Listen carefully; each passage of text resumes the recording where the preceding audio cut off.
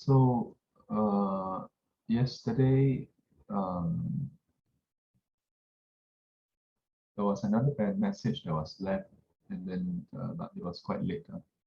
So there was this message from Ling. But what if the people who constantly put you down are supposed to be the closest to you, especially in terms of financial liability? Um,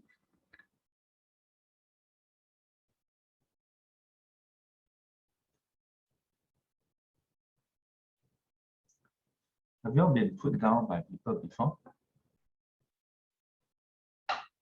Sure, we all have, right? How do we feel when people put us down? Not so nice. Not so nice, right? Anybody feel happy when people put you down? Probably not. Now imagine if it's your favorite niece or favorite nephew that is maybe like 5 years old. Yeah. And then put you down. Yeah, in the most adorable way. And auntie, why you wear this clothing so ugly? Yeah. Or 舅舅, how come your hair like that? That's putting you down, right? Agree? Yeah. That's not putting you down. Then what is putting you down? So if let's say now it's your friend, if it's your boss who say that, saying exactly the same thing, is that putting you down? Now I don't see a shaking kid anymore. So what does it tell us? The statement itself is neither putting you down or not. It's up to you to interpret, right? I mean, if it can change just simply because of who said it, then it means the statement itself has no inherent putting downness, right? Yeah. But let's assume that you somehow interpret as someone putting us down. Yeah. Despite the fact that we just illustrated that depending on who said it, then it may differ, right? So we mostly agree that if people put us down and we interpret it as putting us down, we would feel not so nice. How about if someone bring us up? Someone say something nice. Yeah. The same niece and nephew say, wow, today you dress so nicely. Yeah. How would you feel? Is that considered praising us? Yes. And if someone praises us in this way, how do we feel? Feel nice, right? Feel flattered, feel happy, right? Now imagine you are taking Grab and then a Grab uncle or taxi uncle say, wow, your dress is so nice. How do you feel? Same statement. Again, the same statement will put shivers down your spine. And depending on what timing it is, okay? Yeah. If it's in the morning, you're going to work, you may not even pay attention to whatever uncle is saying. You may just then because you're like replying messages or something. But let's assume that you do get praise and you feel good about it and it's the right person, then you feel happy, right?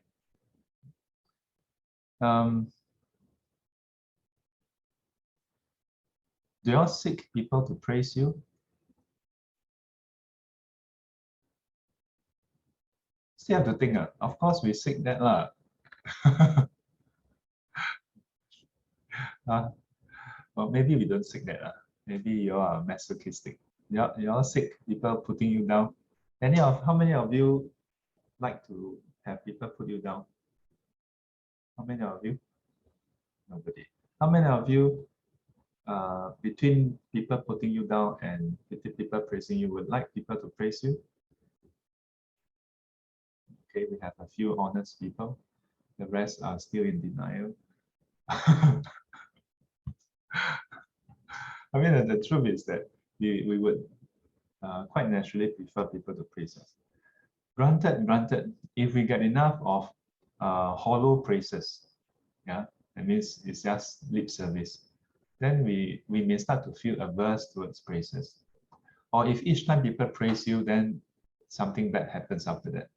People praise you only to ask you to do something, and especially it's something that is nasty. Then the next time someone praises you, then you're like, what do you want?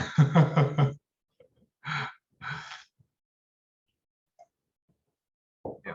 So I don't know. What if the people who constantly put you down are supposed to be the closest to you? There seems to be a certain expectation that people who are close to us should not put us down. Yeah. And it's understandable, right? Because you want to feel safe with those who are closest to you, when be it family or friends, right? And if you cannot even get some vote of confidence, some moments of safety, then you may feel very helpless. You may feel like there's no one to turn to for some warmth, you know. Yeah, yeah. But I don't know. So then how? Then we feel miserable about life, lah. That's one way, you know. If you expect your close friends, your family members, or in this case, especially in terms of financial liability, I don't know what that means. Does it mean that you depend on them financially? So that would mean that these are your parents, in most cases. Yeah. So, and then, but I don't know what's the causality link between financial liability and being close to you. Yeah. Your boss has financial liability with you. Your company has financial liability with you, but may not be close to you, right? Yeah, so I don't know why is the link here. Why bring in, especially in terms of financial liability, that they are close to you in terms of financial liability, maybe. My approach in life, for the most part, is not very suitable for most people. Yeah. I was sharing this with a friend, and like my approach to life. And over time, I realized that my approach requires the person to be logical, requires a person not to be too emotional, requires the person to think in a big picture. Of course, if you think about it, if a person is, logical, not so emo, and able to see the big picture, wouldn't be seeking help in the first place. Yeah. But that's what I usually try to help people to do, to help them to become independent so they don't need my help anymore. I feel like if I can get people to not need my help, I'm successful. Even in the past, when I was young, in my 20s, that's what I do. I remember there was once I was in university, and my best friend, don't know whether this is suitable to name his name, but anyway, my best friend, he was getting quite upset. Yeah, upset with what? He was getting quite upset with the Western food store holder. Yeah, in Hall 11 in NTU, we had our own canteen, and there were like maybe 6 to 7 stalls. One of them is a Western food stall. And this friend of mine, he loved to eat Western food. Yeah, he loved to eat Western food. But then the Western food stall holder seemed to be quite rude sometimes, because when you're busy, then you may not be the most like subtle in your expression. So one day, this friend of mine, he ordered the food, and then I think he was while he was eating, he was complaining. He was like saying that, "Oh, this storeholder, I want to complain to him about him." I listened to him. Then he's very upset. So I told him, I said, well, like his point is that why is he not so cultured? Why is he so uncultured, so rude, so rough, and so on?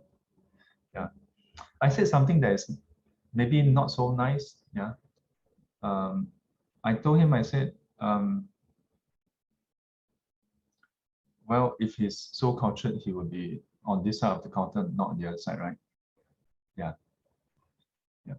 I don't mean to put down the storeholder. I'm just trying to get my friend to see things in perspective. Yeah. You are on this side, you should be more cultured. The implication is that you're on this side, so you should be more cultured. Why are you getting so upset about this, you know? Yeah.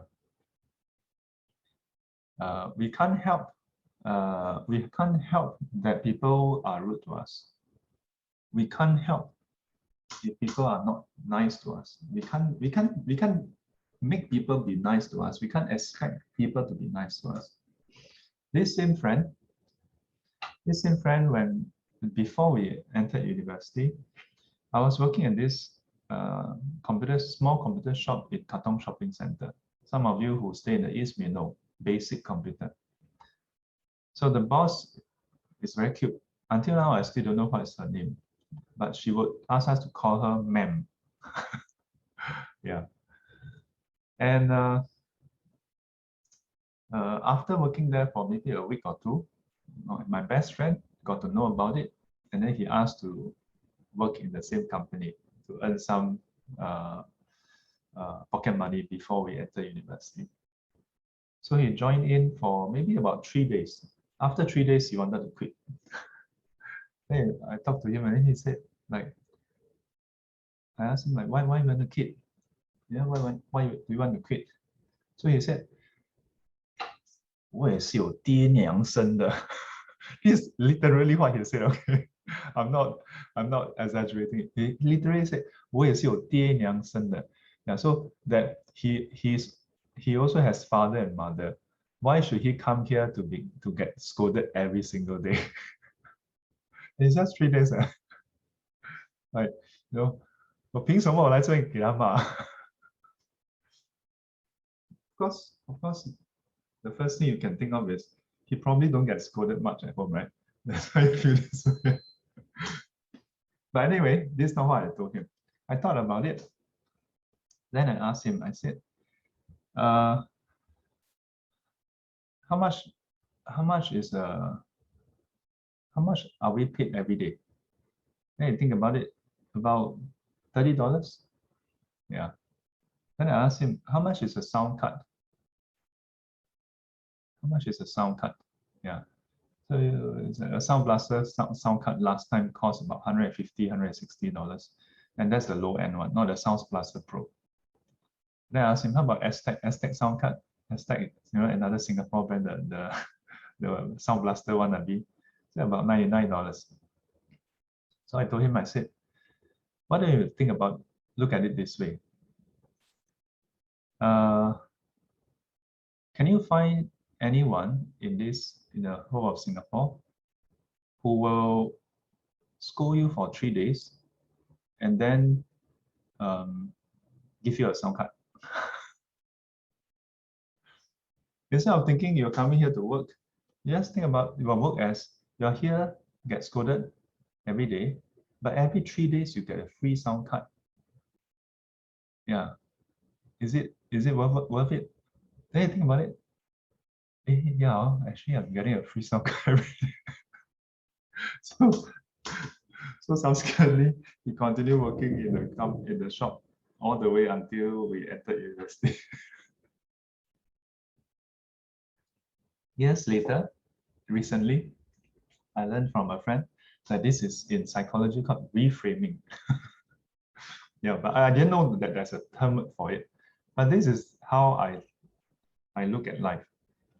It depends on how you want to look at it, right? You can feel miserable. But at the end of the day, like let's look at work. Work is all about this. You experience some pain, so they compensate you. That's why it's called compensation. Yeah, you have to do something you don't want to do normally. Yeah, you have to do difficult things. You have to do what other people either cannot do or don't want to do, and then you are compensated for your time. To expect otherwise is, well, it's your choice, but it's not realistic. Yeah. In a way, my worldview is quite cynical. I don't expect people to be nice to me.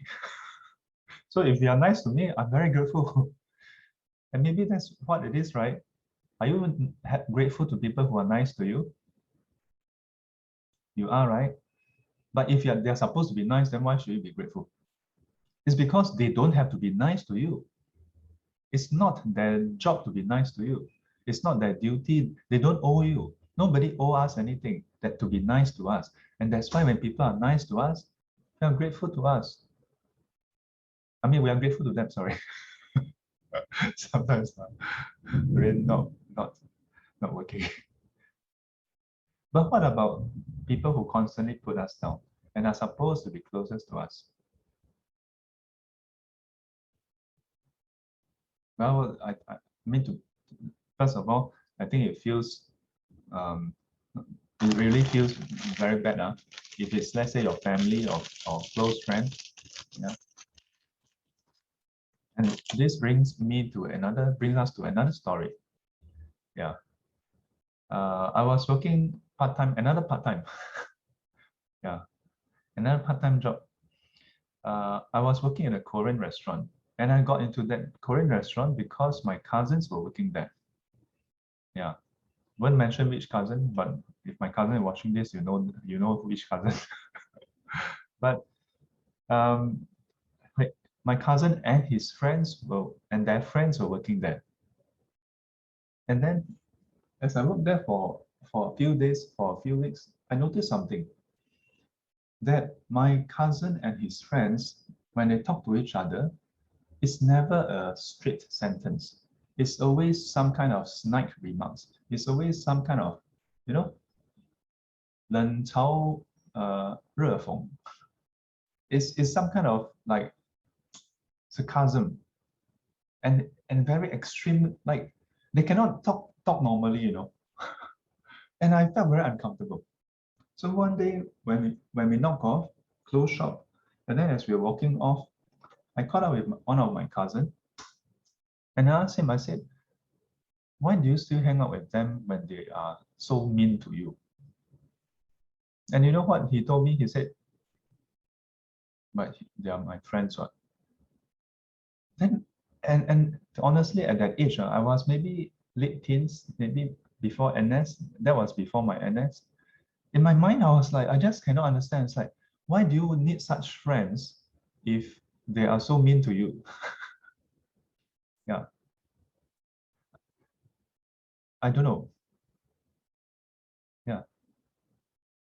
In the case of friends, if your friends are very mean to you, then don't hang out with them. No. It's that simple, right? Of course, if you want to cultivate, then you say, okay, let me see what I can do. Let me work on myself. Yeah. But at the same time, you don't see the Buddha going around looking for people who are mean to him. He just don't avoid people who are mean to him. He don't actively seek them out also to be friends with them, you know? So what about if your family members are constantly putting you down? How many of you, your family members are frequently putting you down? Some of us. Then how?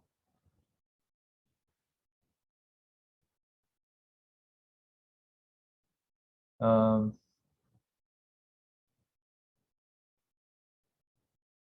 I would still say that, well, it'd be nice if our family members are not constantly putting us down.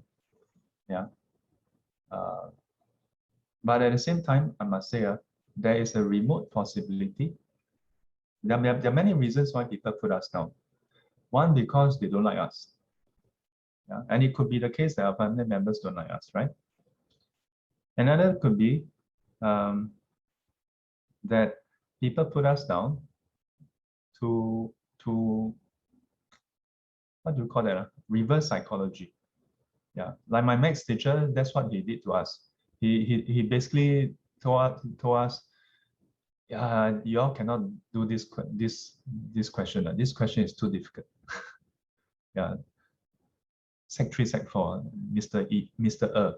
Yeah, but it worked because it got me really fed up. I'm going to prove you wrong.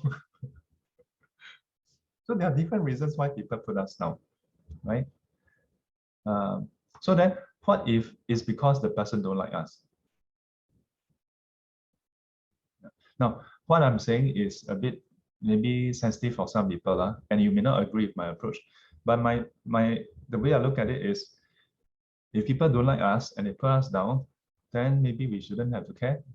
If them putting us down is purely to make us feel miserable, then why should we go along with them? You know what I mean? Yeah. Because if we get upset, we feel miserable, then we're basically helping them achieve their goal. If they don't like us, then by putting us down, their goal is to make us feel miserable. Let's assume that this is one case, okay? And in fact, for such a case, then we should just be as happy as we can. The more you put me down, the happier I'm going to be. Yeah, not necessarily to annoy the person, but why should we be miserable because someone want us to be miserable? Yeah. Ling just posted another. Okay, I don't know whether this is meant. Ling, is this meant to be public? Because you sent me a direct message.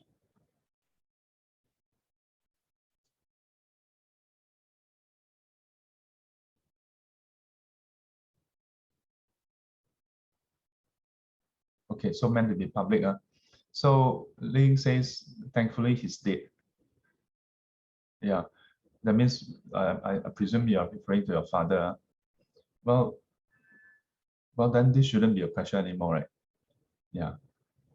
Yeah, I won't even go on to say, oh, you should be filial to him. Like, there are so many problems in our life, right? Solve one at a time. Yeah. If let's say, in this case, your father, yeah, or maybe it's your uncle or whoever, yeah, constantly put you down when they are alive and then now pass away already, then we should no longer have to ask this question, what if the people who are past, because that's the past already, and the person is no longer doing it.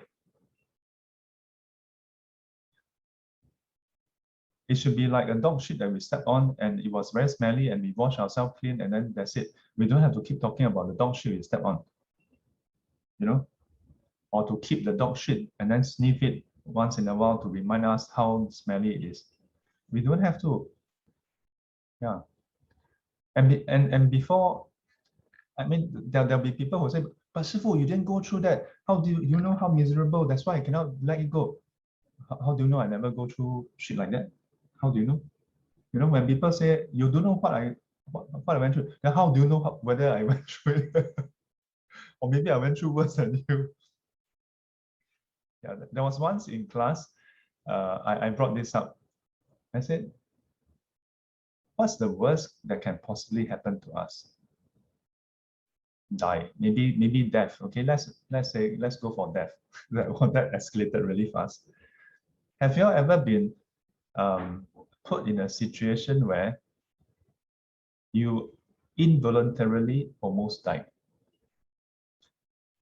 Feeling miserable and then feeling like dying is different.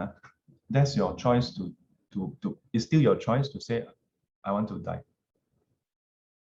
But if someone, let's say, cause you to almost die, that's different, right? Yeah. So if you compare, of course, sometimes it's hard to compare. Someone who like put you down every day versus another person who almost caused you to die, which is worse? Some will argue and say that, well, that is living hell, that's worse, right? But at least you get to live and you can change your life. The other one, if you die, you die. right? So without saying which is worse, there was once in Thursday class, I told the students, I said, if I want to be resentful, if I want to be upset, I want to be whatever, then I should be miserable for the rest of my life. Yeah, because I almost died in NS. Yeah. You know, like in recent years, all the cases, NS boy died. Actually, all these years, accidents do happen. Yeah. But in my case, it's not accident, you know. I was denied medical treatment. I reported sick. The corporals said, "What time is it now?" It was during field camp. Yeah. You know, those who went through NS, you know, every morning, you know, 8 o'clock or 7 o'clock or something, after breakfast, then they'll ask, okay, who want to report sick? So there's a timing for you to be sick. So at about 11 plus, I was feeling really miserable, physically unwell. So I went to report sick. The corporal looked at me like, what time is it now? Is it the time to report sick? Then later on, I went into heat exhaustion, then escalated in heat stroke. And later on, sent to Toa Payoh hospital. I was knocked out already. I was gone already. Yeah. When my family went to the hospital, all I can remember is I woke up in the late afternoon, and then later on in the evening I woke up again. Yeah. But by the time I woke up, my mom was there, and sister was there. They were crying. I was like, what happened? The doctor came over. You know, doctors will usually ask us questions, right? But when the doctor, you know, check your eye for dilation and then ask you to look at the pen and then ask you, do you know what this is? You know, ask you the simpler question the doctor asks you, you know, is very serious. The doctor asks you, do you know where you are? Do you know what this is? And I replied, too much detail. The point is, I almost died. And before you think that, Sifu, you just fainted. No, heat exhaustion and heat stroke, 43 degrees. Yeah. You know, like now you go to scan the temperature. What is the temperature where you're not allowed into restaurants or shopping mall? 38, right? Yeah. My temperature went up to 43. And it's not an accident. I can tell you it's not an accident. It's because they denied me medical treatment. Yeah, that happened.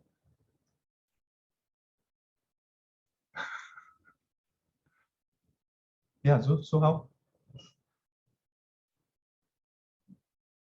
And later when I go through the look at the report, yeah, I had viral infection. I was having viral fever. So it's a legitimate reason to be, you know, if I want to be upset, I should be upset, miserable for the rest of my life, right? Why did they do that? Yeah. But still, I don't say that, oh, because I have it worse and uh, I didn't feel miserable, so nobody can feel miserable. No, I don't say that. This is not what I'm trying to say. What I'm trying to say is I made my choice. Yeah.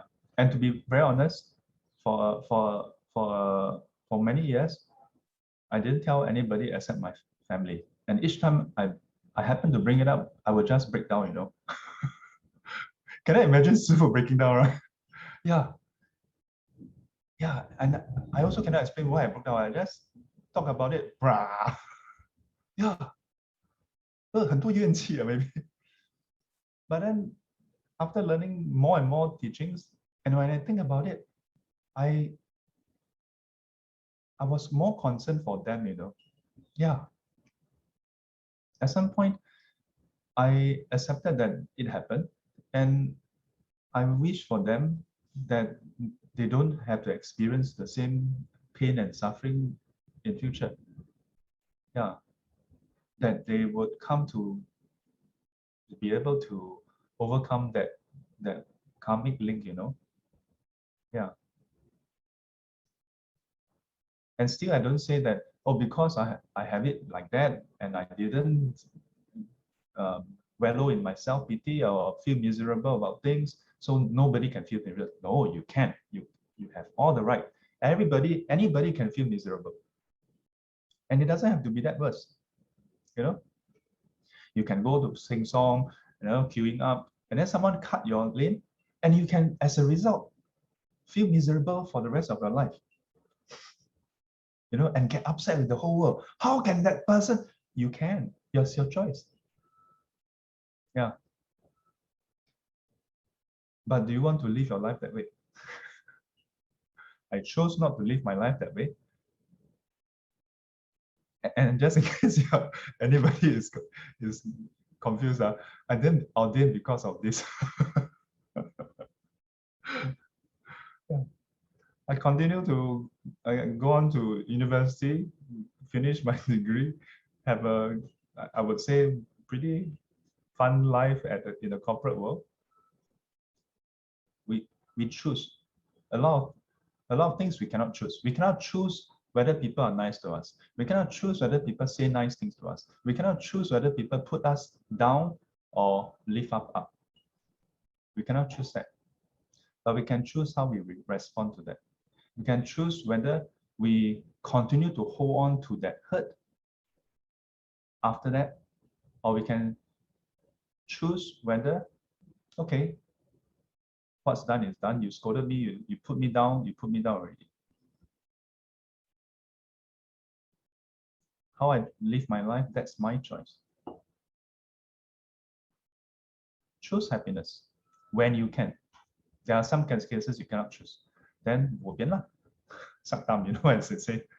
But when you can choose, please choose happiness. Amitabha. Till we meet again, may be guided and protected by the Buddha, Dharma, and the Sangha. Sadhu, sadhu, sadhu. And as always, Bye bye. bye bye. Have a, I don't know whether wet or dry is better. have a wet, dry, happy day ahead. Wet or dry, choose to be happy. Take care, stay safe. Bye, Sifu. Bye. Thank you, Sifu. Bye-bye.